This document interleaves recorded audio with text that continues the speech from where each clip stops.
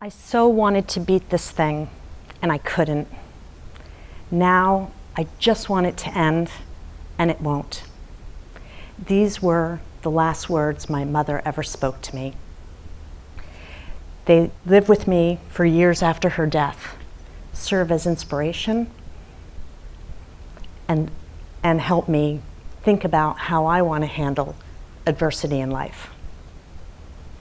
Mom was given a very grim diagnosis, just a few months, but she defied the odds and lived 5 years.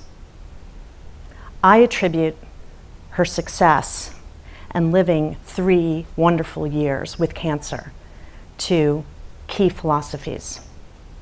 1, knowledge was power.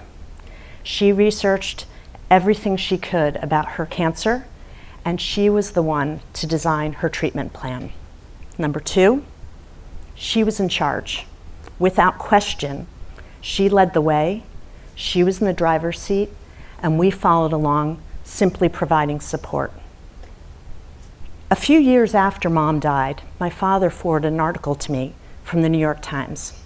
In it, I discovered the possibility of learning if I had the same risk that my mother did through genetic testing.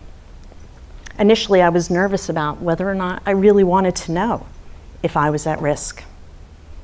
But then my mother's voice came into my head. Knowledge is power, and being in charge is good. It wasn't hard for me to go forward and get that test. It was even easier and more surprising to understand what I needed to do to address my risk. So today, I stand before you, 20 years after the fact, with a few less body parts, but absolutely cancer-free. I attribute the 2 key philosophies, knowledge is power, and being in charge is good, as the reason why. Embrace these philosophies. They're good in managing your health, and I believe they're good in managing your life. Thank you.